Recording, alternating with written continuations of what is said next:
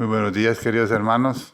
Un cordial saludo de nuestra Iglesia Evangélica Comunidad de Gracia al culto correspondiente al culto dominical del 24 de mayo de 2020, con el tema El juicio de los gentiles sobrevivientes, que forma parte de la serie El Sermón del Monte de los Olivos. Un saludo cordial de su hermano Julio César Cepeda, a todos los miembros de la congregación y la audiencia en general. Quiero que leamos en nuestras Biblias un texto que sale de Mateo capítulo 6, versículos 5 y 6, que es cuando nuestro Señor Jesucristo respondía a ciertas preguntas. Y dice así: y cuando ores, no seas como los hipócritas, porque ellos aman el orar en pie en las sinagogas y en las esquinas de las calles para ser vistos de los hombres. De cierto os digo que ya tienen su recompensa. Mas tú, cuando ores, entra en tu aposento y cerrada la puerta, ora a tu Padre que está en secreto, y tu Padre que ve en lo secreto te recompensará en público. Estos versículos son los predecesores de la oración que nos tiene en comunión con nuestro Señor, que es el Padre nuestro. Espero que sea edificante y le sirva mucho. Vamos ahora a orar por el culto. Señor, te damos gracias por tenernos reunidos en nuestros hogares, pero estamos conectados contigo, hermanos con hermanos también, para poder escuchar tu palabra, para poder escuchar de tu doctrina bíblica, que es lo más hermoso que tenemos, y nos dice qué es lo que tenemos que hacer. Tu santa voluntad nos guía, porque tú sabes qué nos conviene y qué no. Bendice a todos los que escuchan, y más allá también, para que ellos puedan tener paz y tranquilidad, y en estos tiempos de crisis, que tengan salud, porque solo contigo contamos para que esto sea posible. Gracias, Padre. Todo esto lo decimos en el poderoso nombre de nuestro Señor y Salvador Jesucristo. Amén.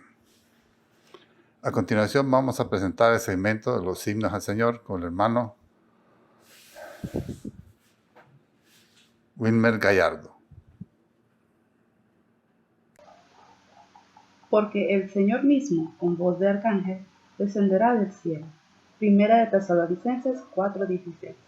Entonaremos el himno número 551, cuando anuncie el arcángel.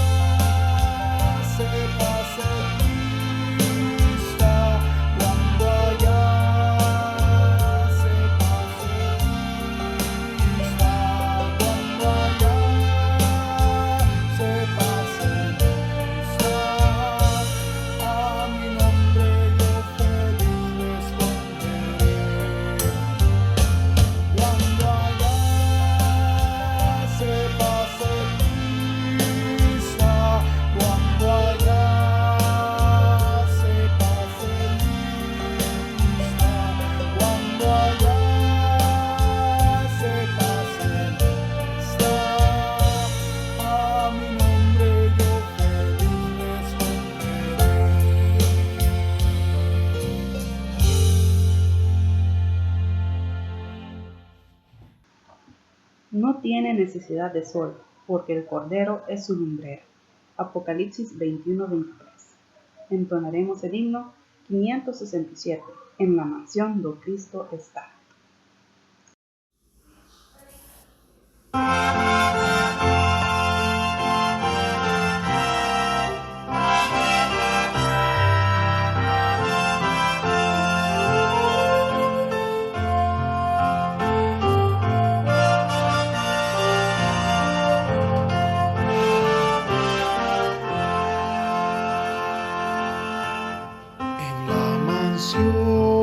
Do Cristo está, allí no habrá tribulación, ningún dolor, ningún pesar, que me quebrante el corazón. Allí no habrá tribulación, ningún pesar, ningún dolor. Feliz será mi corazón en la presencia del Señor.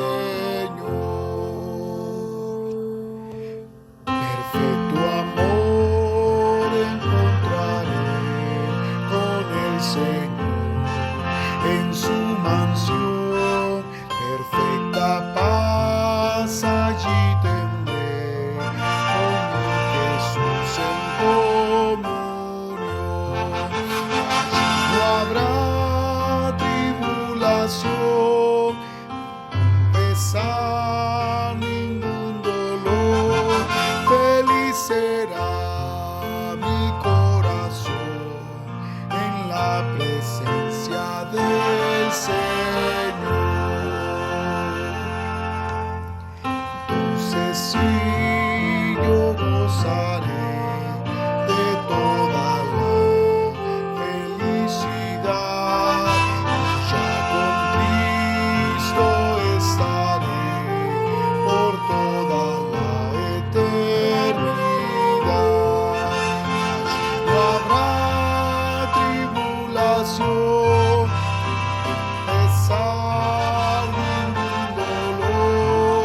Feliz será mi corazón en la presencia del Señor.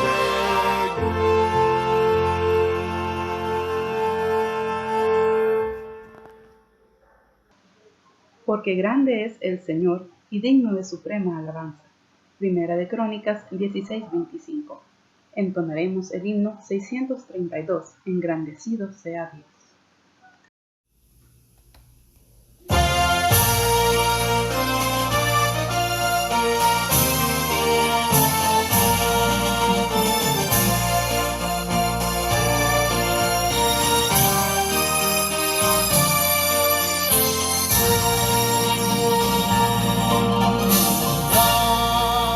Bendecido sea Dios en esta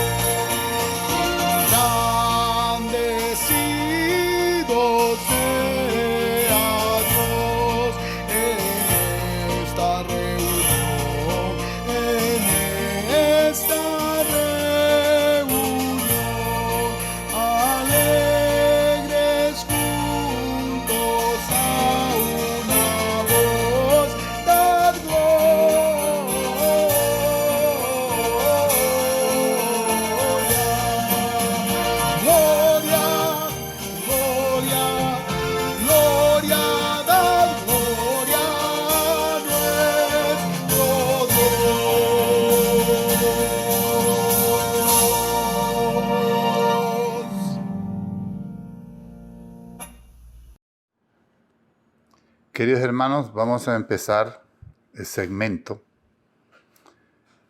que es de la información. La información que tenemos es la siguiente. Si usted ha sido parte de nuestra audiencia y quiere enviar un corto video de saludo en donde nos cuente su experiencia por los cultos virtuales que hemos transmitido, envíe el video al número de celular 95 79 44 10 para que la hermana Mirna Moncada le indique cómo hacerlo. Esto es el celular 95 79 44 10 con la hermana Mirna Moncada. En este mes de mayo, en la Iglesia Evangélica Comunidad de Gracia, hemos arribado a nuestro 10º aniversario. Demos gloria a Dios y celebremos juntos este gran acontecimiento. Le invitamos a poder ver todas estas transmisiones nuevamente y a compartirlo con hermanos, amigos, familiares, compañeros de trabajo o de estudio. Y publique sus contactos en las redes sociales y así podamos presentar el Evangelio de Salvación todos juntos. En la actualidad, la Iglesia Evangélica Comunidad de Gracia cuenta con 2 cadenas de oración. Una que tiene 10 años de vigencia, donde se reciben peticiones de oración sobre salud, asuntos legales, necesidades espirituales, entre otros. Si usted o un familiar suyo tiene alguna petición de oración, llame a la hermana Karen Sánchez al celular 3365-7131. Esto es la hermana Karen Sánchez, el celular es 3365-7131 y será incluida su petición en la cadena de oración. La otra cadena de oración surge por la emergencia del COVID-19. Es la denominada de 24 horas, con peticiones específicas para este tema, con hermanos orando en segmentos de media hora cada uno. Si usted no está participando en la cadena de oración de 24 horas, anímese y llame al celular 8800-9970 para que el hermano Hernán Morel lo incluya en la actividad. Esto es el celular 8800-9970 para que el hermano Hernán Morel lo incluya en la actividad. Si usted desea ofrendar o diezmar vía electrónica en el banco o en autobanco, puede hacerlo a la cuenta 11-401-015-7766 del Banco de Occidente. El número de cuenta es 11-401-015-7766 del Banco de Occidente. Le invitamos este viernes 29 a participar en el día oración y ayuno que como congregación apartamos los últimos viernes de cada mes. Se transmitirán los devocionales en los siguientes horarios: 7 a.m., 9:30 a.m., 12 meridiano y 3 p.m. Y cerramos con el culto de oración a las 6:30. A continuación vamos a presentar el segmento Saludos fraternos de la audiencia con la hermana Reina Sánchez. Amados hermanos y hermanas, reciban un saludo fraterno. Que el Señor les bendiga, que el Señor los guarde y los fortalezca en cada momento. Esta noche quiero compartir mi mensaje agradeciendo a nuestro Padre Celestial por permitir que la Iglesia Evangélica Comunidad de Gracia dé los cultos de manera virtual, que son de mucha bendición. Antes de continuar, leeré el verso 1 del Salmo 75. Dice así: Te damos gracias, oh Dios, te damos gracias e invocamos tu nombre. Hermanos y hermanas, quiero expresarle mi gozo en Cristo Jesús por los cultos virtuales, que en lo personal son de gran bendición. Igual para mi familia, la enseñanza de la palabra de Dios que recibimos nos edifica, nos fortalece y nos da paz. También le doy gracias al Señor por la oportunidad de evangelizar a las personas que tienen acceso a los cultos virtuales de la Iglesia Evangélica Comunidad de Gracia, que se publican durante la semana. Esta noche aprovecho para invitarles a seguir en sintonía de los mensajes y les animo a buscar de la presencia de Dios y depender de Él en todo tiempo. Gracias, hermanos y hermanas, por su apoyo. Sean fortalecidos por el Señor. Él es nuestro refugio seguro. El verso 1 del Salmo 46 dice: Dios es nuestro amparo y fortaleza, nuestro pronto auxilio en las tribulaciones. Y el verso 4 del Salmo 34 dice: Busqué al Señor, Él me respondió, me libró de todos mis temores. Hermanos, que la gracia de Dios nos acompañe, lo pedimos y damos gracias en el nombre poderoso de Cristo Jesús. Amén. Amén. A continuación, hermanos, vamos a orar por la ofrenda. Señor, estamos agradecidos por todo lo que tú nos das. Estamos aquí para darte un poco de lo mucho que tú nos das. Nos das salud, nos das bienestar. Nos das todo aquello que necesitamos porque tú sabes qué necesitamos y cuándo lo necesitamos. Tú sabes qué nos conviene y qué no, porque tu santa voluntad es la que nos rige. Te damos gracias por las bendiciones, por tu misericordia y por tu amor infinito. Es lo que nos sostiene y nos dará la salvación. Gracias, Padre. Bendice a todos los que nos escuchan y provéeles todo lo que necesitan, especialmente en este tiempo que necesitan salud. Gracias, Padre. Amén.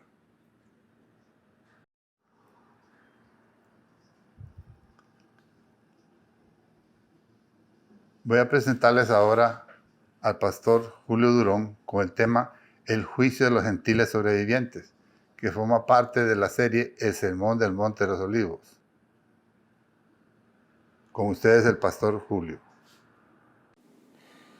Muy buenos días, queridos hermanos. Hemos llegado a otro domingo más a disfrutar de nuestro culto dominical. Sean ustedes bienvenidos a esta transmisión. Los que son de la Iglesia Evangélica Comunidad de Gracia, los hermanos amados de otras congregaciones que han seguido la secuencia de estos mensajes virtuales desde que inició esta pandemia, también les damos la más cordial bienvenida, sean de otras congregaciones de aquí de Tegucigalpa o del país o de otros, o que estén ubicadas en otras naciones, en otras latitudes del mundo. Quizás para ustedes sea tarde o sea tarde-noche o noche, no importa el lugar donde esté. Gracia y paz del Señor para cada uno de ustedes. Estamos contentos y agradecidos porque amanecimos con vida. El Señor nos ha prolongado la vida y nos permite hoy estar conectados a través de este culto virtual desde casa. La verdad, hermanos, que la iglesia no es un templo, no es un edificio. Es bonito, obviamente, tenerlo y estar ahí. Pero la iglesia es usted y yo, sus hijos, su esposa, su familia, si son creyentes. Ahí está la iglesia en casa. Y la verdad que nos hace falta vernos. A mí me hace falta verles a ustedes, contemplar sus rostros, sus sonrisas, su apretón de manos, su abrazo, su cariño, sus palabras de aliento. Todo eso hace falta. Pero para todo hay tiempo, como dice el libro de Eclesiastés. Todo tiene su tiempo, todo tiene su hora, todo tiene su momento. Y por ahora pues nos toca estar allá en cuarentena en nuestras casas y ahí somos iglesia y desde ahí podemos mantener la unidad como pueblo de Dios, desde ahí podemos estar unánimes, podemos estar juntos en una misma mente y un mismo parecer. Sin lugar a dudas que las cosas de aquí en adelante no van a ser iguales, van a haber resultados tremendos de esta pandemia a nivel mundial. Muchas costumbres, muchas maneras de hacer las cosas cambiarán, tenemos que acostumbrarnos a eso, las reglamentaciones sociales van a cambiar definitivamente, probablemente también la forma de hacer la obra de Dios cambie en muchos aspectos, habrá que guardar muchas normativas, igual los cultos cuando se reanuden no serán iguales, habrá que irse acostumbrando a eso. Y yo le ruego, hermano, no creer falsas esperanzas, falsas expectativas. Abundan las informaciones falsas en las redes sociales, en las noticias, gente que tiene un optimismo que no es el que nos enseña la palabra de Dios. Sabemos que el mundo va en deterioro, las cosas no van a mejorar, lo mejor no está por venir lo peor, y eso hay que entenderlo, no lo digo yo, lo dice la palabra de Dios. Pero recuerde que nuestra mente y nuestro corazón y nuestra esperanza está puesta en el Señor, puesto los ojos en Jesús, autor y consumador de la fe. Por lo tanto, hermanos, llueva, truene o relampaguee, pase lo que pase, nuestra vida está escondida en Cristo y en Dios. Y eso hay que entenderlo así, y hay que prepararnos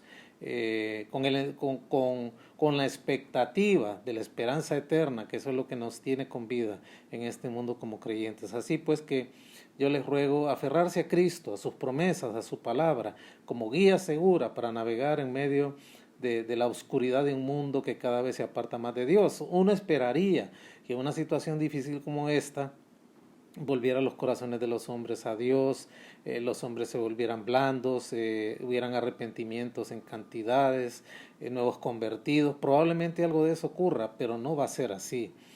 La palabra del Señor nos dice que los hombres se van a ir endureciendo cada vez más indiferentes, les va a valer, como dicen allá afuera, van a seguir buscando sus soluciones en su humanismo, en sus provisiones humanas, y no van a buscar a Dios. Eso hay que entenderlo, eso es así.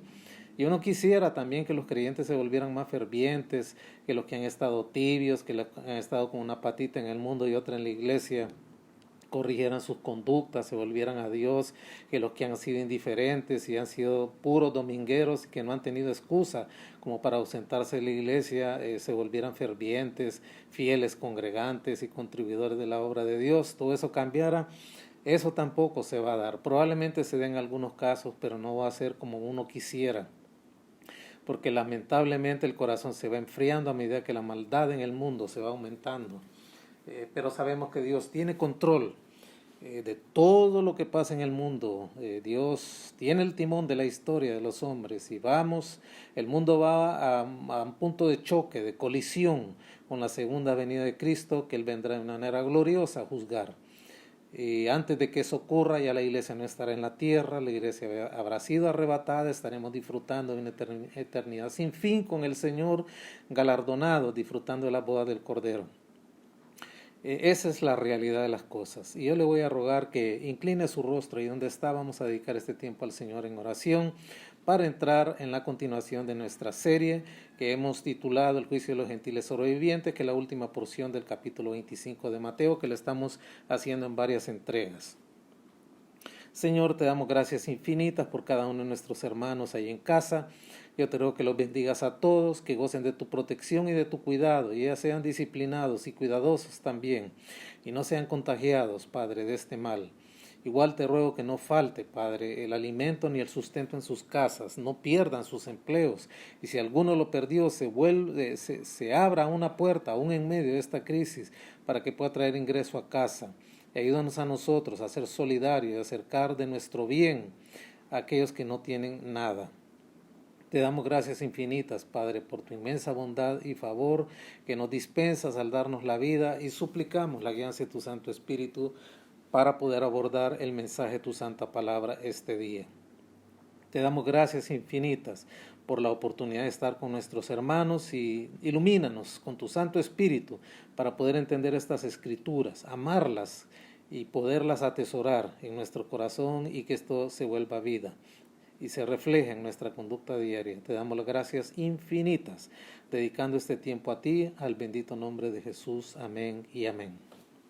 Muy bien, queridos hermanos, hemos estado estudiando ya varios domingos para favorecer incluso a hermanos de otras congregaciones que siguen estas audiciones, ilustrándolos con el tema. El juicio de los gentiles sobrevivientes se encuentra en Mateo 25, versos 31 al 46.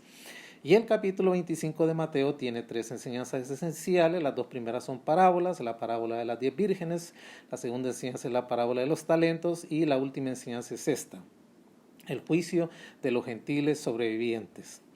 Y tanto este capítulo como el precedente, que es el capítulo 24, conforman el gran sermón del Monte de los Olivos, que el Señor lo dijo o lo habló a sus discípulos en ese lugar, en el Monte de los Olivos, a razón de una pregunta que los discípulos le hicieron, y que usted la puede ver en el verso 3 del capítulo 24.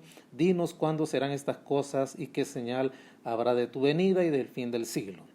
Entonces el Señor discurre a través de este sermón, utilizando el capítulo 25 para hablar de la doctrina de su segunda venida, y el capítulo 25, donde está contenida esta tercera enseñanza del juicio de los gentiles sobrevivientes. El Señor aborda la práctica de la doctrina de su segunda venida. Vimos también, amados hermanos, una introducción a esta enseñanza, y luego entramos al primer aspecto de esta enseñanza, que es el juicio de los gentiles ejecutado por Jesús el Mesías. Y del total de versos que envuelve esta enseñanza, que es del 31 al 46, este primer aspecto está del 31 al 40.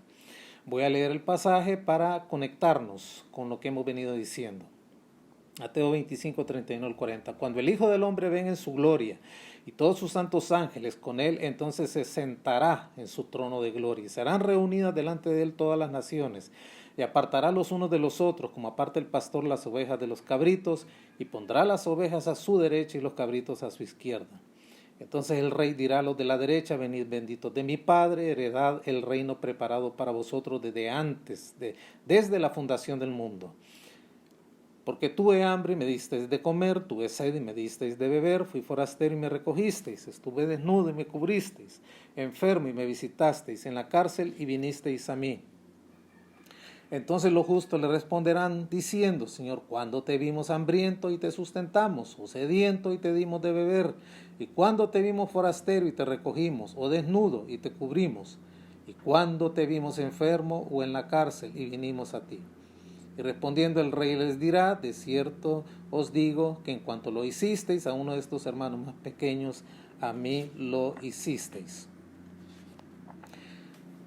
En cuanto a este pasaje, vemos que el Señor, el mismo Señor declara que Él vendrá del cielo en compañía de sus santos ángeles y se va a sentar en su trono de gloria. Es decir, el Señor se va a entronar para hacer su ejercicio como juez de toda la humanidad. Se va a sentar ahí, ya una vez que Él descienda a la tierra, físicamente, visiblemente. Y entonces va a separar a la multitud de naciones que la haya congregado en los alrededores de Jerusalén en dos grupos distintos: las ovejas y los cabritos. Y así los va a separar, como el pastor hace la separación de las ovejas colocándolas a la derecha y los cabritos a la izquierda. Y de esa declaración de estos versos 31 al 40, el capítulo 25 de Mateo, inferimos tres aspectos esenciales para poder entender el juicio de estas naciones que sobrevivan a la segunda venida del Señor, a sus juicios.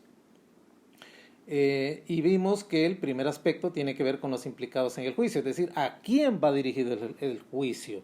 Este juicio, ¿sobre quién va a ser ejecutado? Y el mismo texto nos dice que va a ser ejecutado sobre gentiles que estén vivos, vivitos y coleando, que hayan sobrevivido a la gran batalla del Armagedón. A eso se dirige el juicio. Y tiene que ser gentiles vivos porque el tema resurrección no se menciona en todo el pasaje. Por lo tanto, son personas que se han mantenido vivas en la tierra y que han sobrevivido a esa gran hecatombe, esa batalla épica que se desatará cuando el Señor venga a juzgar a las naciones de la tierra que le aborrecen y hayan sido congregadas a esa batalla. No se trata del juicio de la iglesia, porque el juicio de la iglesia es el juicio del tribunal de Cristo, el cual se habrá ejercido cuando la iglesia fue arrebatada antes de la gran tribulación en el cielo, y tampoco se refiere al juicio de Israel que sigue a este. Vimos que el segundo aspecto tiene que ver con el tiempo del juicio, es decir, cuándo ocurre, y ahí nos dice el pasaje que recién leímos, que este juicio se ejecuta inmediatamente después de su segunda venida. El Señor desciende a la tierra y se entrona, y desde ahí ejerce su juicio. Y Él es el que tiene la potestad de ejecutar ese juicio. Y vimos que los rollos que son trasladados de la diestra del Padre se le entregan al Cordero, que es el Señor Jesucristo. Eso usted lo puede encontrar en los primeros capítulos del libro de Apocalipsis. Y también el Cordero es el único que fue encontrado digno en la visión que recibe Juan al recibir el Apocalipsis, el libro de la revelación. Es el único que se encuentra digno de ejecutar esos juicios y es el único que puede abrir los sellos de ese rollo que contiene los juicios que serán ejecutados contra toda la humanidad. Y el tercer aspecto tiene que ver con el lugar, es decir, dónde ocurre ese juicio. El mismo pasaje de Mateo 25, el 31 al 40, que leímos, nos dice que ese juicio será ejecutado en la tierra. En cuanto a eso, leímos el texto de Zacarías 14:4, donde nos muestra que el Señor, el día que descienda, literalmente lo hará sobre el Monte de los Olivos, y cuando hagan sus pies contacto ahí con ese lugar, ocurrirá un movimiento cataclísmico, un movimiento fuertísimo a nivel mundial, que será un terremoto con esas características. Y vimos muchos textos del Antiguo Testamento que el Señor, cuando anunciaba que venía a juzgar, temblaba la tierra. Pero este caso va a ser un terremoto como el hombre nunca lo ha conocido. Y a ese contacto del Señor con la tierra va a permitir que el Monte de los Olivos se parta en dos. Una parte viajará y se retirará bastante al norte y la otra parte bastante al sur, creando una gran planicie. Esto nos muestra que el territorio de Israel literalmente será una llanura fértil, plana, preparando la tierra para lo que sigue, el reino de 1000 años del Señor. Y luego vimos también el texto de Joel 3:2, que lo vamos a leer. Voy a leer el de Zacarías 14:4 porque solamente para conectarlo con este de Joel 3:2. Y se afirmarán sus pies aquel día sobre el monte de los olivos, que está enfrente de Jerusalén al oriente, y el monte de los olivos se partirá por en medio hacia el oriente y hacia el occidente, haciendo un valle muy grande, y la mitad del monte se apartará hacia el norte y la otra mitad hacia el sur. Ahora leamos el texto, hermanos, de Joel 3:2. Nos dice ahí la palabra, siempre cuando se conecte con estos cultos, tenga siempre una libreta, un lápiz y Biblia. Si no, no va a entender y va a tener un aprovechamiento bien poco de estas enseñanzas. Joel 3:2 nos dice: reuniré a todas las naciones y las haré descender al valle de Josafat, y ahí entraré en juicio con ellas a causa de mi pueblo y de Israel mi heredad, a quien ellas esparcieron entre las naciones y repartieron mi tierra. Aquí nos dice que el Señor previamente hizo una convocatoria a todas las naciones de la tierra para reunirlas en Jerusalén para la batalla del Armagedón. Las naciones estarán ahí con todas sus representaciones, incluyendo Honduras, toda nación. Nadie va a dejar de mandar ahí su gente. Y el Señor entonces ha elegido el lugar de la gran batalla, que es el valle de Josafat. El Señor las convoca en Jerusalén para la gran batalla del Armagedón. Y ahí el Señor va a entrar en juicio con ellas. Josafat significa valle de la decisión. Y aunque Jehová juzga, y aunque se desconoce con una claridad absoluta la ubicación geográfica, todos los profetas coinciden que es un lugar cerca de Jerusalén. Este lugar realmente se encuentra a unos 96 kilómetros al norte de Jerusalén. Y el Señor tiene una razón para convocarlas a juicio, y lo dice al final del versículo: a quien ellas se esparcieron entre las naciones y repartieron mi tierra. Hoy Israel, a pesar de ser una nación y tener ya un poquito más de 60 años de haber sido declarada como una nación, utilizando Dios el instrumento, las Naciones Unidas para ello, Israel todavía sigue en dispersión. Hay más judíos fuera de su territorio que dentro de él, y eso hay que entenderlo. Y dentro de ese análisis, de esa reunión, de esa convocatoria de Dios en ese sitio, leímos el texto de Apocalipsis 16:16, que fue ahí donde quedamos, y la reunió en un lugar que en hebreo se llama Armagedón. Habíamos hablado, hermanos, que Armagedón es el nombre griego del Valle del Megido, en cuyas planicies circunvecinas se va a desarrollar esta gran batalla, esta gran convocatoria de Dios. Vimos textos que nos muestran que ahí, por ejemplo, Barak derrotó a los cananeos, Gedeón derrotó a los madianitas, entre otros sucesos que han acontecido a lo largo de la historia, y vimos la intervención de Dios poderosa destruyendo ejércitos que amenazaban la seguridad alimentaria y la seguridad física y la existencia de Israel como nación desde esos tiempos.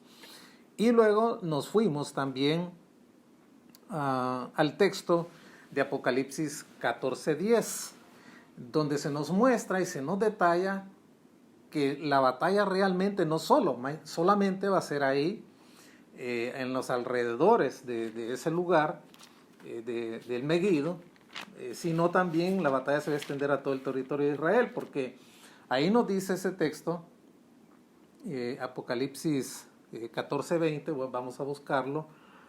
Nos dice ahí en la palabra del Señor: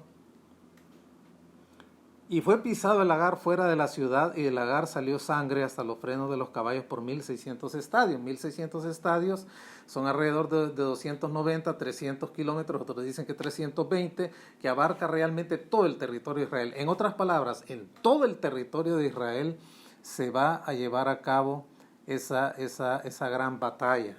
Y van a ser millones de soldados congregados en ese lugar. La matanza va a ser tan grande, tan fuerte, que va a haber sangre derramada y encharcamientos hasta de 1 metro, porque este texto de Apocalipsis 14:20 nos dice que la sangre salpicaba hasta los frenos de los caballos. O sea, va a ser una cosa horrorosa como el mundo nunca la ha vivido.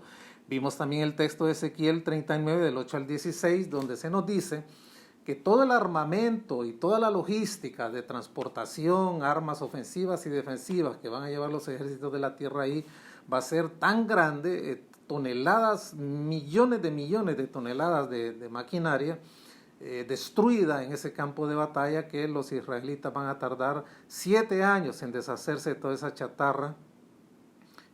Tremendo eso, porque Dios va a lanzar grandes piedras desde el cielo, piedras de granizo, fuertes, pesadas.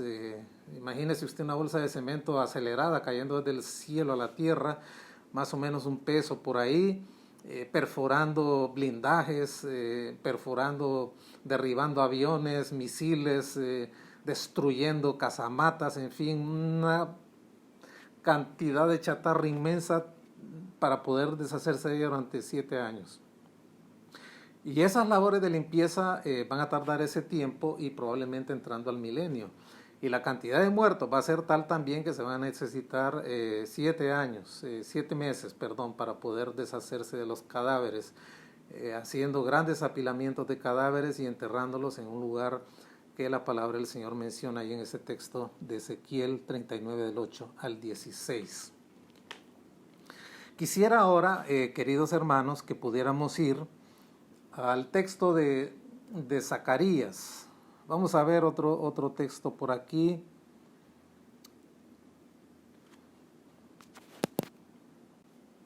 Antes de leer ese texto de Zacarías que estoy mencionando, vamos a leer de nuevo Apocalipsis 16:16, donde se nos dice, y los reunió en el lugar que en hebreo se llama Armagedón. Ahí ese texto nos dice claramente dónde es el sitio de este juicio. Armagedón, el Valle del Megido. También se le llama la llanura de Esdraelón en otros pasajes de la Escritura. Muy bien, hoy sí vamos a pasar al texto de Zacarías 14. Del 12 al 15, que es el que nos interesa, pero me gustaría ver algunos textos que tienen que ver con el antecedente de esto. Vamos a ver el texto de Zacarías 14. Vamos a leer, hermanos, desde el verso 4. Y se afirmarán sus pies aquel día sobre el monte de los olivos que está frente a Jerusalén al oriente, y el monte de los olivos se partirá por en medio. Ahí está la descripción. Hacia el oriente y hacia el occidente, esta es la manera como se van a separar esas dos mitades. Repito de nuevo, se afirmarán sus pies aquel día sobre el monte de los olivos que está frente a Jerusalén al oriente, y el monte de los olivos se partirá por en medio, hacia el oriente y hacia el occidente, haciendo un valle muy grande. Yo al inicio dije que era de norte a sur, pero la verdad corrijo, y es aquí, lo dice la Escritura, es una mitad hacia el oriente y otra mitad hacia el occidente, creando ese valle muy grande. Esa es la dirección, corrijo de nuevo, esa es la dirección en que se va a crear el valle. Pero una de las mitades del monte corren hacia el norte y la otra mitad hacia el sur. Ahí mismo lo dice. Leo de nuevo el texto. Y se afirmarán sus pies aquel día sobre el monte de los olivos que está frente a Jerusalén al oriente, y el monte de los olivos se partirá por en medio hacia el oriente y hacia el occidente, haciendo un valle muy grande. Esa es la dirección del valle, de oriente a occidente. Y la mitad del monte se apartará hacia el norte y la otra mitad se apartará hacia el sur. Y huiréis al valle de los montes, porque el valle de los montes llegará hasta Sal. Es un lugar que no se conoce, es un nombre nuevo, probablemente ahí, como lo dice el texto, huiréis de la manera que huisteis a causa del terremoto en los días de Usías, rey de Judá, y vendrá Jehová mi Dios, y con él todos sus santos. O sea, ahí va a ser escondido. Una de las razones para crear ese valle, aparte de hacer de Israel una gran planicie fértil, es para que pueda huir el remanente que va a recibir al Señor ahí. Y acontecerá que en ese día no habrá luz clara ni oscura, será un día el cual es conocido de Jehová, y no será un día ni noche, pero sucederá que al caer la tarde habrá luz. Acontecerá también aquel día que saldrán de Jerusalén aguas vivas, y la mitad de ellas hacia el mar oriental y la otra mitad hacia el mar occidental en verano y en invierno. Miren, esta va a ser una cosa milagrosa. Este es uno de los resultados del gran terremoto que va a ocurrir cuando el Señor descienda, que lo describe el verso 4 de este pasaje de Zacarías. va a haber un mejoramiento de aguas. Del umbral del templo que se va a construir, donde será el centro de la adoración y de la identidad nacional de Israel durante el milenio, van a nacer aguas. Hoy aguas no pueden correr de Jerusalén hacia el Mar Muerto porque está en contrapendiente, pero este gran terremoto va a cambiar topográficamente toda esa zona de manera tal que sí van a poder correr aguas de Jerusalén hacia el Mar Muerto. Y dice que esas aguas que van a nacer de Jerusalén van a llegar un brazo de ellos al Mar Muerto, haciendo que ese mar sea saneado, porque es demasiado denso, es salino, ahí solo se pueden sacar minerales, ahí no hay vida. Ahí flotan los cuerpos cuando se lanzan al agua. Y es 6 veces, creo, más salino que el mar Mediterráneo. Pero se va a sanear por esas aguas que van a nacer de Jerusalén como producto del terremoto y va a provocar que en ese mar haya vida. Van a haber peces, van a haber tendederos de redes, va a haber alimentos, van a haber árboles de todo tipo para sanidad de las naciones. Eso lo dice también la palabra de Dios. Y otro brazo correrá al Mediterráneo para sanear también ese mar.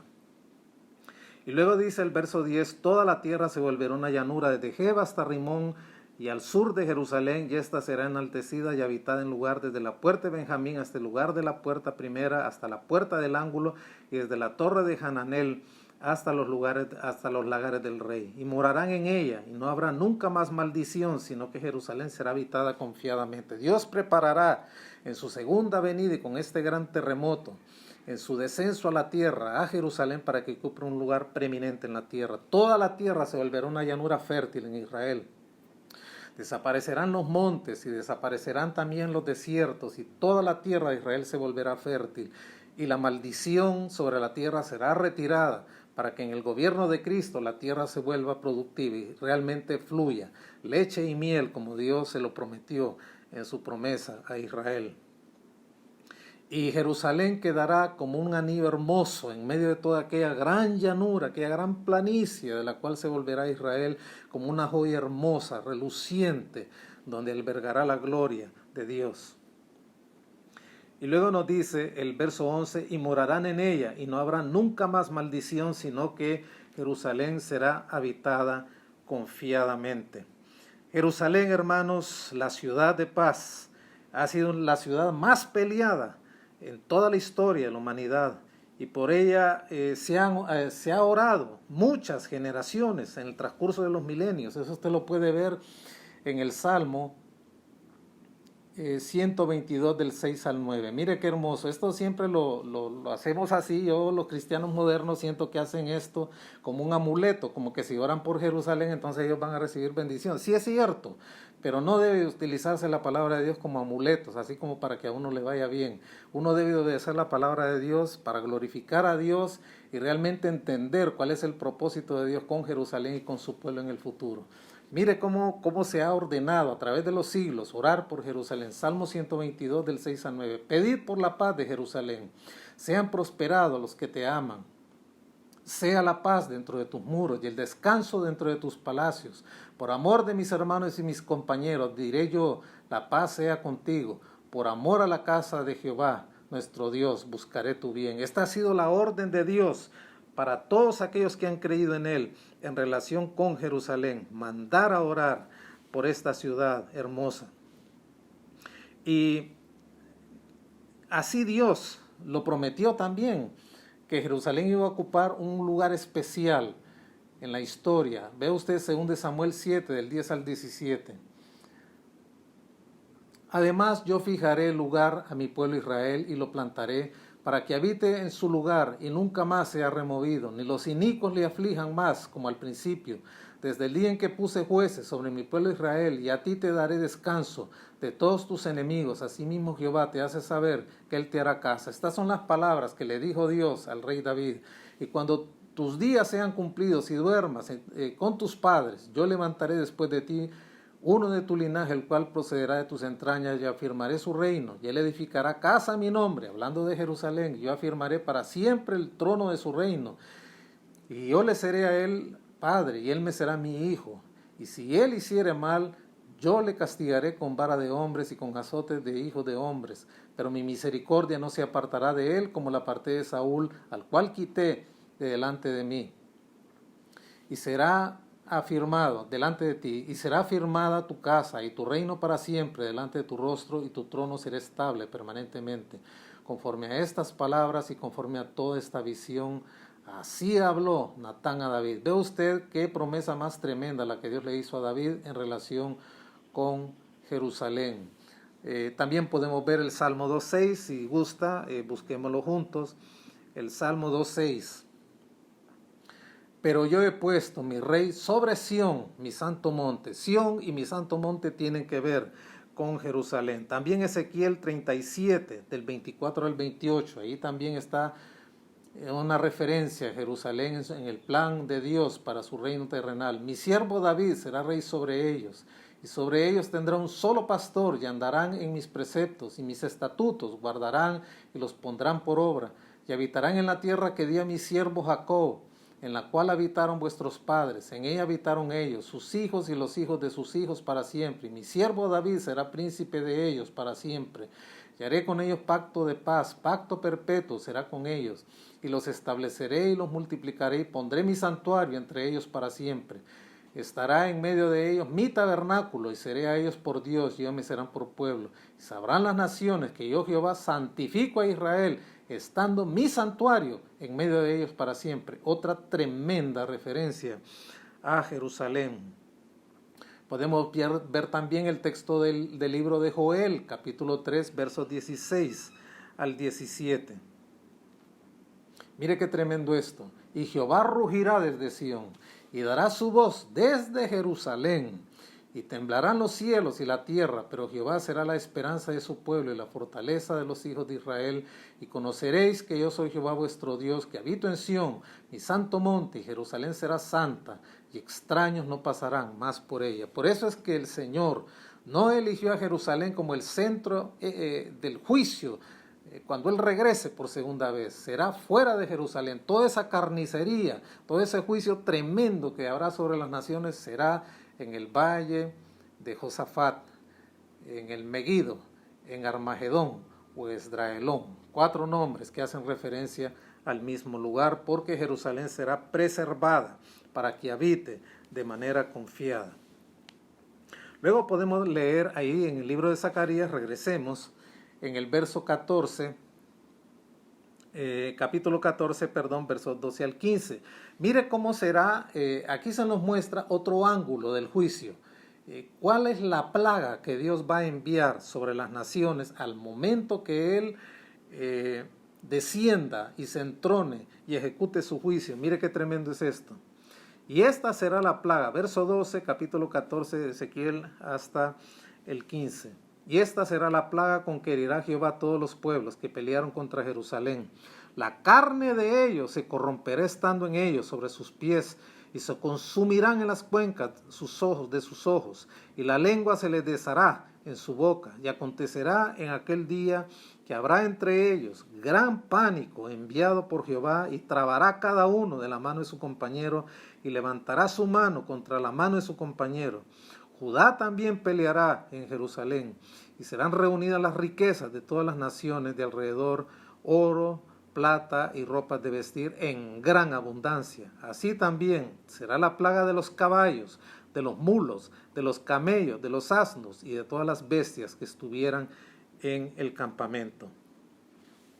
Aquí el juicio que antecede al reino del Señor, porque una vez que se ejecuta este juicio, lo que sigue inmediatamente en el plan profético de Dios es la instalación del reino de Cristo de 1000 años. Dios va a vencer todas estas fuerzas paganas, todas las potencias de la tierra y sus allegados.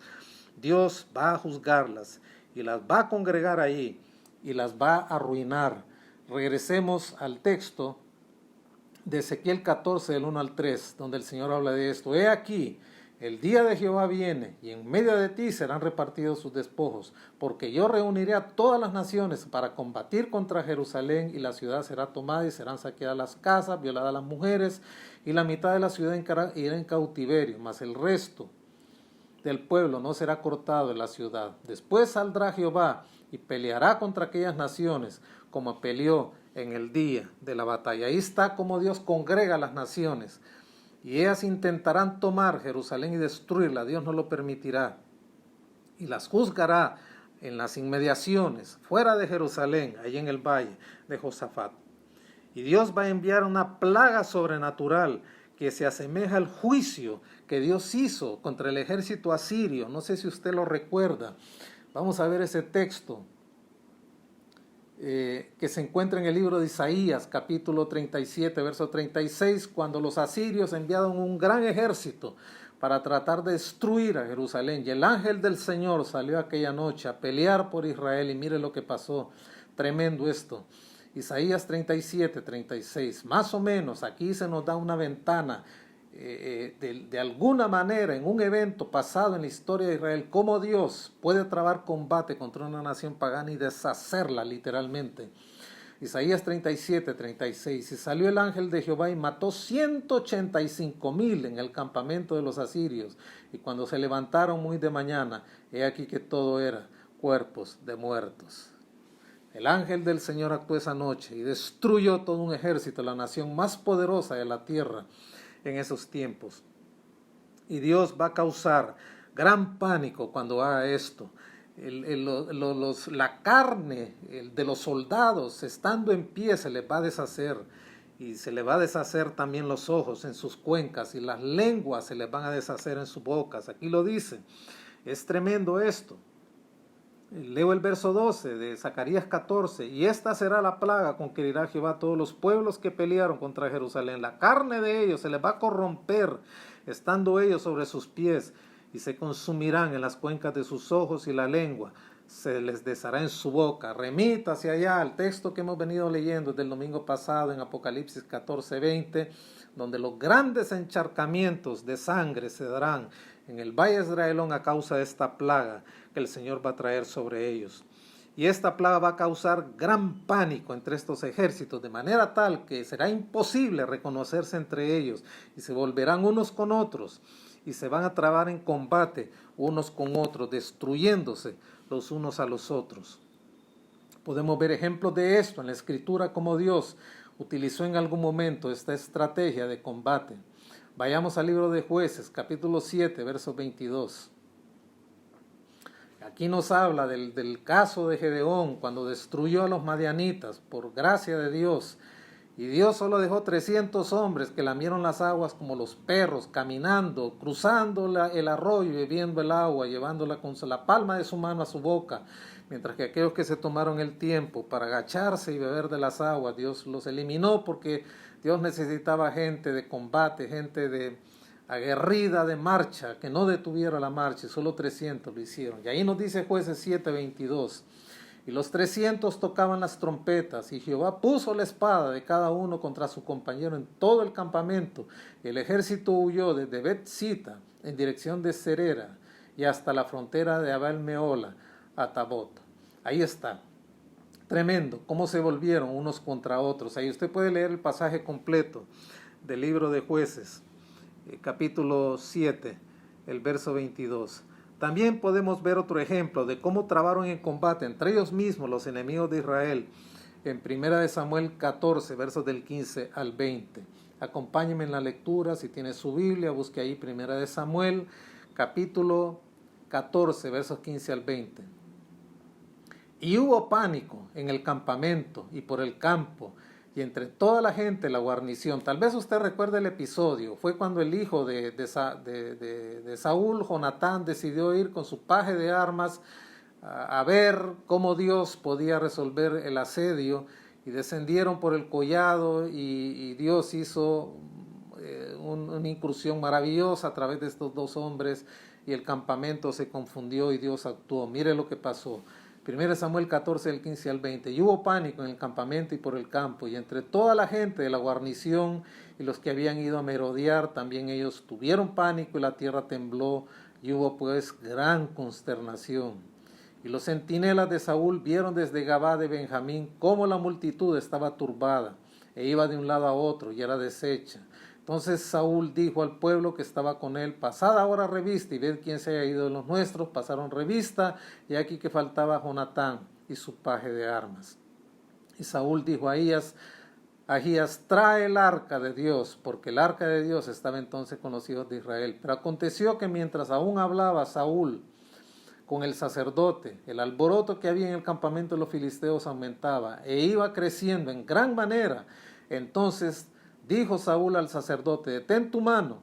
Y juntando Saúl a todo el pueblo que con él estaba, llegaron a este lugar de la batalla, aquí que la espada de cada uno estaba vuelta contra su compañero y había gran confusión. Esta misma estrategia Dios va a utilizar ese día, que descienda por segunda vez y juzgue a las naciones y destruya los ejércitos de la tierra. Regrese a Zacarías 14:13 y dice: acontecerá en aquel día que habrá entre ellos gran pánico, después de esa plaga, donde la carne se les deshace estando en pie, donde la carne de los ojos se les deshace en sus cuencas y donde la lengua en su boca se les deshace. Ahí dice: acontecerá en aquel día que habrá entre ellos gran pánico enviado por Jehová, y trabará cada uno de la mano de su compañero, y levantarán su mano contra la mano de su compañero. Ejército contra ejército de la tierra llegaron graníticamente unidos bajo un solo mando y bajo un solo propósito: destruir Jerusalén, destruir Israel e impedir el regreso del Señor.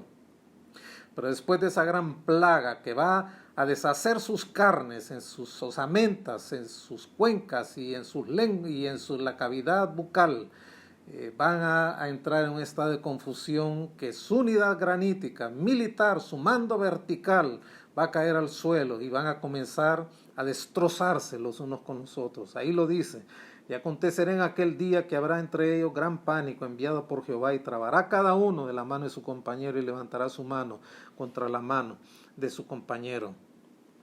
Veamos otro texto donde Dios utiliza también esta estrategia de guerra en 2 Crónicas, capítulo 20, verso 23. Porque los hijos de Amón y de Moab se levantaron contra los del monte de Seir para matarlos y destruirlos, y cuando hubieron acabado contra el monte de Seir, cada cual ayudó a la destrucción de su compañero. Este es el gran pasaje del rey Josafat, cuando tuvo que enfrentar un gran ejército, y se humilló Josafat delante de Dios y clamó a Dios para que fuera su guerrero y su defensor. Y Dios actuó, mandando tal confusión entre este ejército que superaba a Israel en número, de manera tal que trabaron combate entre ellos mismos y se destruyeron. Eso es la alianza final de la estatua de Daniel 2, donde sus pies es una conformación de hierro y barro. Una alianza por conveniencias, una alianza que no es alianza, frágil y débil. Y cuando la roca es lanzada sobre los pies de aquella gran estatua, se deshace y se pulveriza como polvo y se la lleva el viento. Y la roca crece porque es Cristo quien viene a establecer su reino.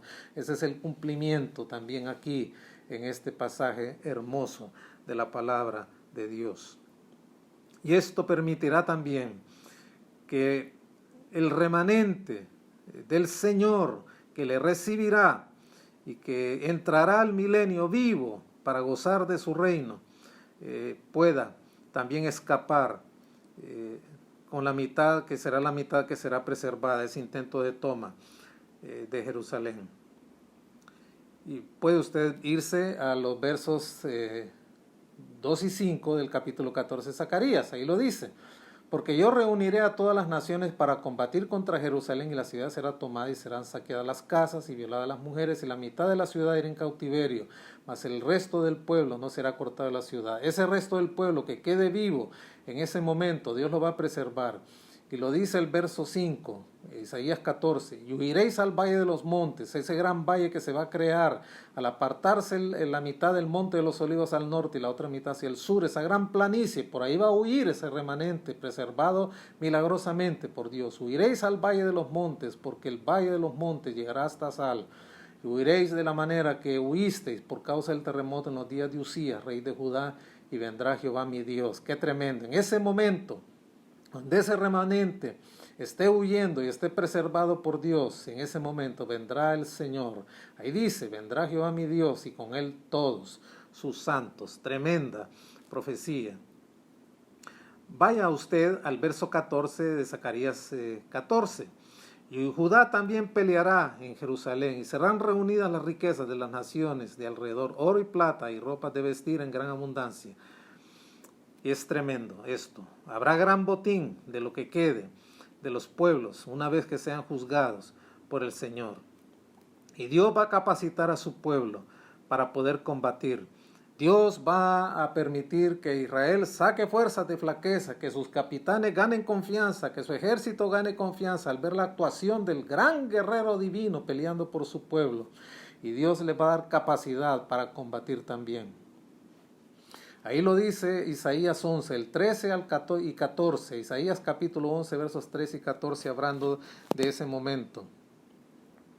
Y se disipará la envidia de Efraín, y los enemigos de Judá serán destruidos. Efraín no tendrá envidia de Judá, ni Judá afligirá a Efraín, sino que volarán sobre los hombros de los filisteos, hablando de todos los pueblos congregados ahí en ese valle de Armagedón, al occidente. Saquearán también al del oriente. Edom y Moab les servirán, y los hijos de Amón les obedecerán. Israel se va a levantar con la ayuda y el poder de Dios, su ejército, debilitado y frágil en ese momento de la batalla, se van a levantar y van a luchar contra sus enemigos. Y aquí dice que Efraín dejará de tener envidia de Judá, y ni Judá va a seguir afligiendo a Efraín, dándonos a entender, hermanos, que esa división que se dio en el pueblo cuando Salomón murió y su frágil hijo Roboam provocó la división de 10 tribus que emigraron al norte, llamándose Israel, cuya capital era Samaria, y 2 tribus hacia el sur, tomando Jerusalén por capital.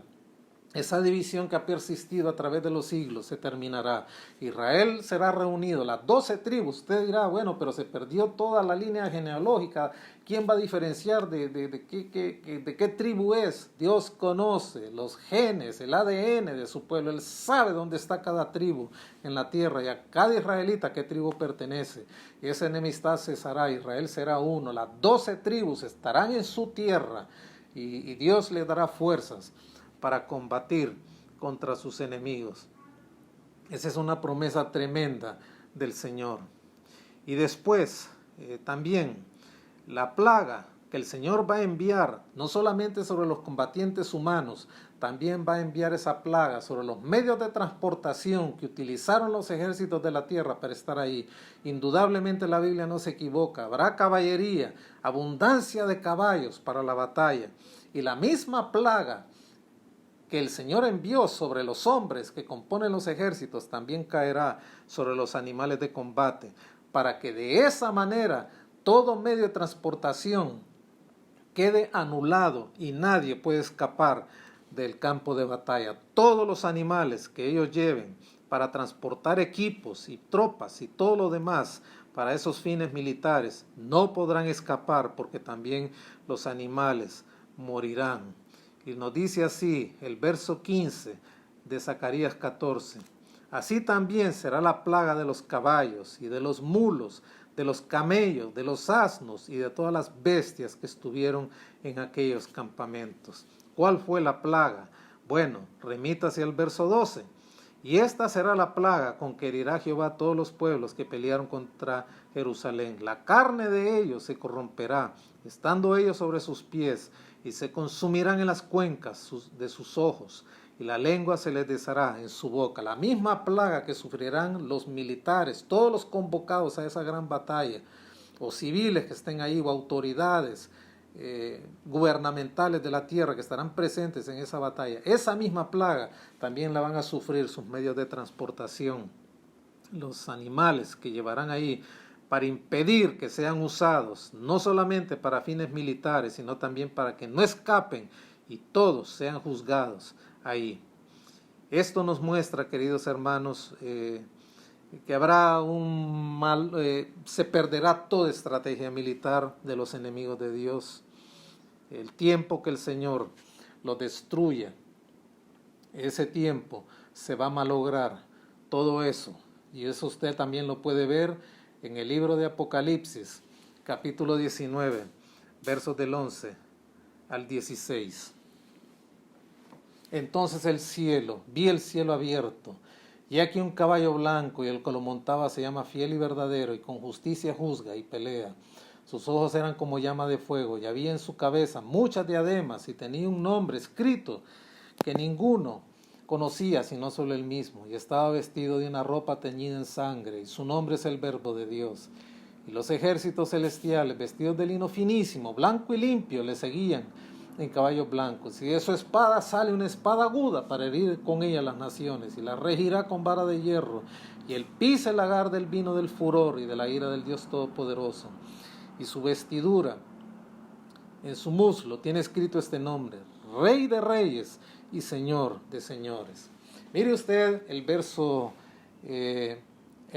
15 de este capítulo 19 de Apocalipsis. De su boca sale una espada aguda para herir con ella las naciones, y él la regirá con vara de hierro, y él pisa el lagar del vino del furor y de la ira del Dios Todopoderoso. Sin lugar a dudas, que esa voz potente de Dios, esa voz tronante del Señor, cuando descienda a la tierra e inaugure la gran batalla del Armagedón, provocará, sin lugar a dudas, no sabemos la cantidad de decibeles, la potencia tronante del Rey de Gloria en ese momento, que solo dirá: muere, muere, muere.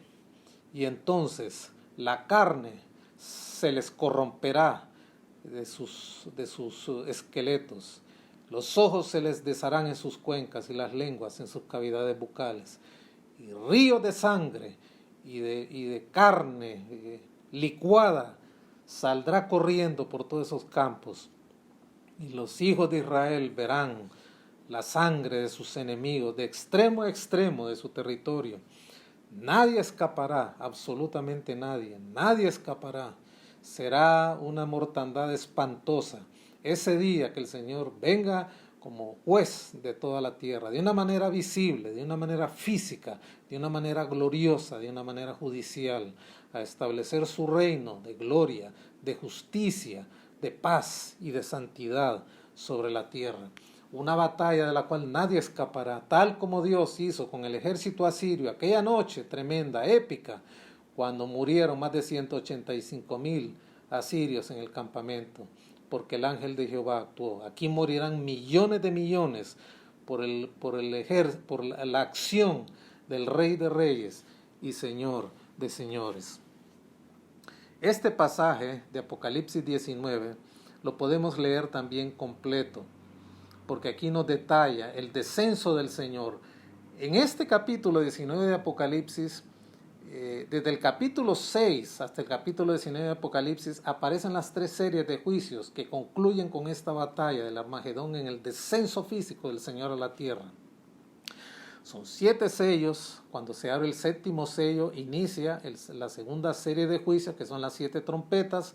Cuando se finaliza el toque de la 7ª trompeta, inicia la última serie de juicios, que es las 7 copas anchas de la ira de Dios. Y entonces, al final de la trompeta, se oyen voces, truenos, relámpagos y un gran terremoto, que leímos también y estudiamos ese pasaje en su momento. Un terremoto tremendo ocurre en la tierra, y entonces Dios actúa. La ciudad de Jerusalén es dividida en 3 partes. La Babilonia viene a juicio y es juzgada por el Señor. Todas las ciudades de la tierra quedan en el suelo. Las islas y los montes caen, cambian de lugar, cambios topográficos tremendos. Y en la batalla el Señor lanzará aquellas grandes piedras de granizo para destruir todo lo que haya quedado en pie en esa gran batalla. Y entonces el Señor desciende con poder y gloria. Esa es la descripción de este texto de Apocalipsis 19 que podemos leer completa aquí. Este es el texto de Apocalipsis, capítulo 19, del 11 al 21.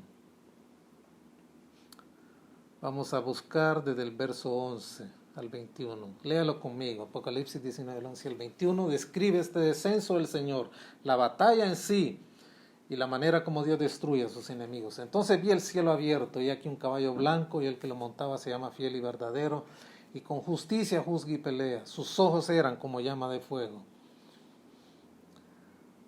Tremendo. Y había en su cabeza muchas diademas, y tenía un nombre escrito que ninguno conocía sino él mismo, y estaba vestido de una ropa teñida en sangre, y su nombre es el Verbo de Dios. Y los ejércitos celestiales, vestidos de lino finísimo, blanco y limpio, le seguían en caballos blancos, y de su boca sale una espada aguda para herir con ella a las naciones, y la regirá con vara de hierro, y él pisa el lagar del vino del furor y la ira del Dios Todopoderoso.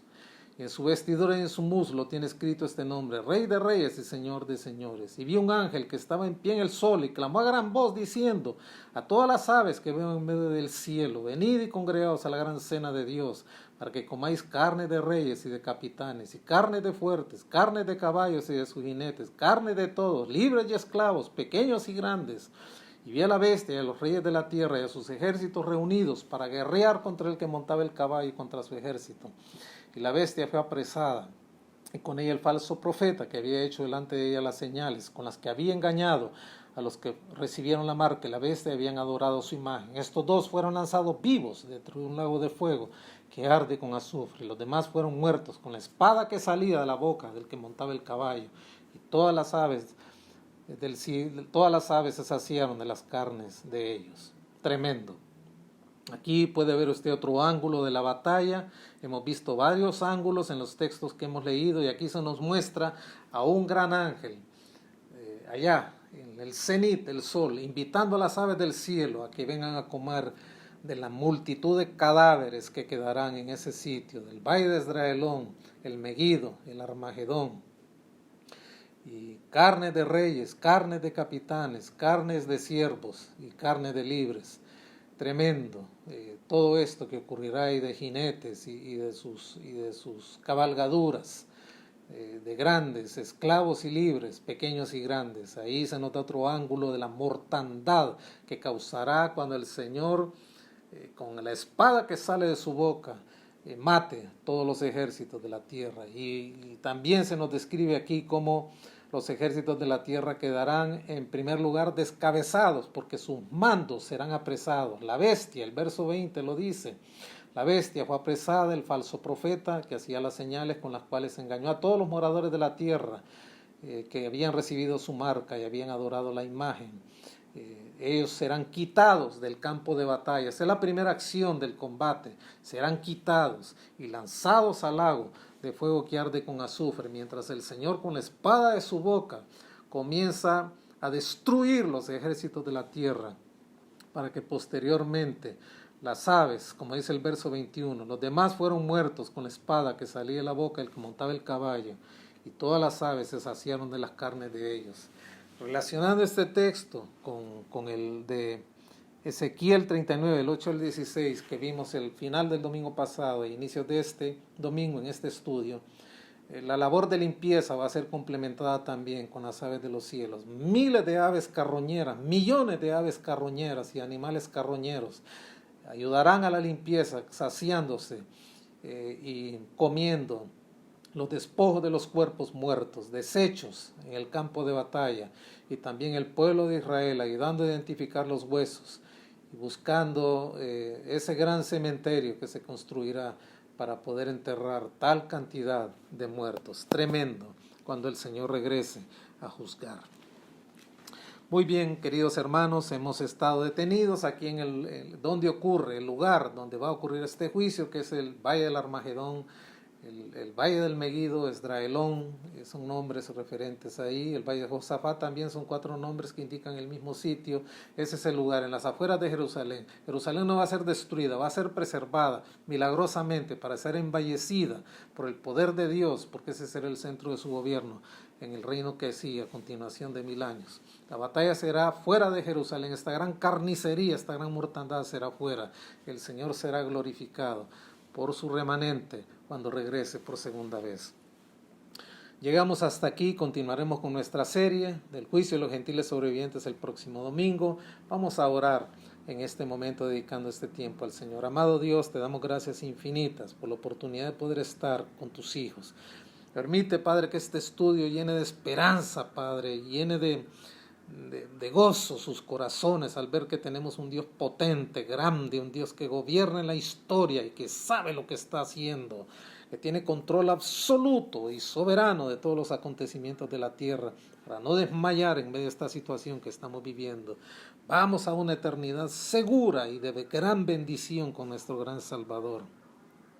Bendice a cada oyente de nuestra congregación y a cada hermano de otras iglesias que se han sumado, Padre, a escuchar este mensaje. Bendíceles con él y dales gracia para entender la palabra y tener esta firme esperanza en tu pronta venida. Bendice a los hermanos que están en nuestra cadena de oración, el que necesita salud, tenga mucha salud, Padre, el que necesita mejorar sus economías, tenga respuesta, y el que tenga casos legales pendientes, pueda ver esos nudos deshacerse también. Ayúdanos, Padre, a hacer iglesia donde estamos, ya no desmayar. Nadie mire con desdén estos cultos virtuales, nadie los desprecie, Padre, ni los tenga en poco. Todos los aprecien y se conecten con ellos y tengan un efecto multiplicador en otras personas. Cada vez más estas enseñanzas puedan llegar a otros. Te damos gracias infinitas por la bendición de poder compartir este culto virtual con nuestros hermanos. Y permite que este día del Señor, este día de descanso para tu pueblo, sea de bendición el resto del día. Y ningún distractivo nos robe la palabra que hoy hemos escuchado. Te damos las gracias infinitas en el bendito nombre de Jesús, Señor. Amén y amén. Un gozo, queridos hermanos, haber podido compartir con ustedes. Y es una bendición, sinceramente. Usted puede conseguir el resto de los estudios de esta serie en este sitio, puede bajarlos, descargarlos, oírlos de nuevo para que se conecte desde un inicio. Hemos hecho un repaso entero, completo, amplio, extenso, para que usted pueda comprender lo que estamos enseñando aquí. Les dejo con mi hermano amado que va a despedir este culto, dándole lugar a nuestros niños amados para que nos muestren qué han aprendido hoy de la santa palabra del Señor. Dios les bendiga a todos. A continuación se va a presentar el versículo bíblico. Génesis 12, versículo 2. Aprendido de memoria por la niña Valeria Isabel Muñoz de la clase Abejitas, dirigida por la hermana Mónica Hernández. Y haré de ti una nación grande, y te bendeciré y grande seré. Tu nombre será bendición. Génesis 12, 2.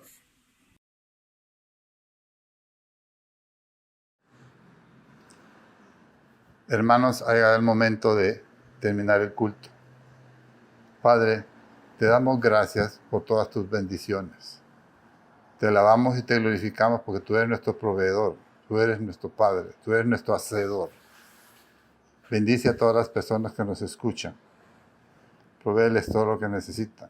Gracias por tu palabra, que es lo que más necesitamos. Aquellos que tenemos fe y creemos en ti, te damos gracias por todo, porque tú eres el único que puede ayudarnos. Tu amor es infinito y gracias a él estamos aquí. Te pedimos que todas las solicitudes que se te hagan sean concedidas siempre y cuando siempre que tú sabes que necesitamos y que no, porque tú eres el proveedor eterno. Gracias, Señor, por todo. Bendice a toda la audiencia y todo lo hacemos y lo decimos en el poderoso nombre de nuestro Señor Jesucristo. Amén.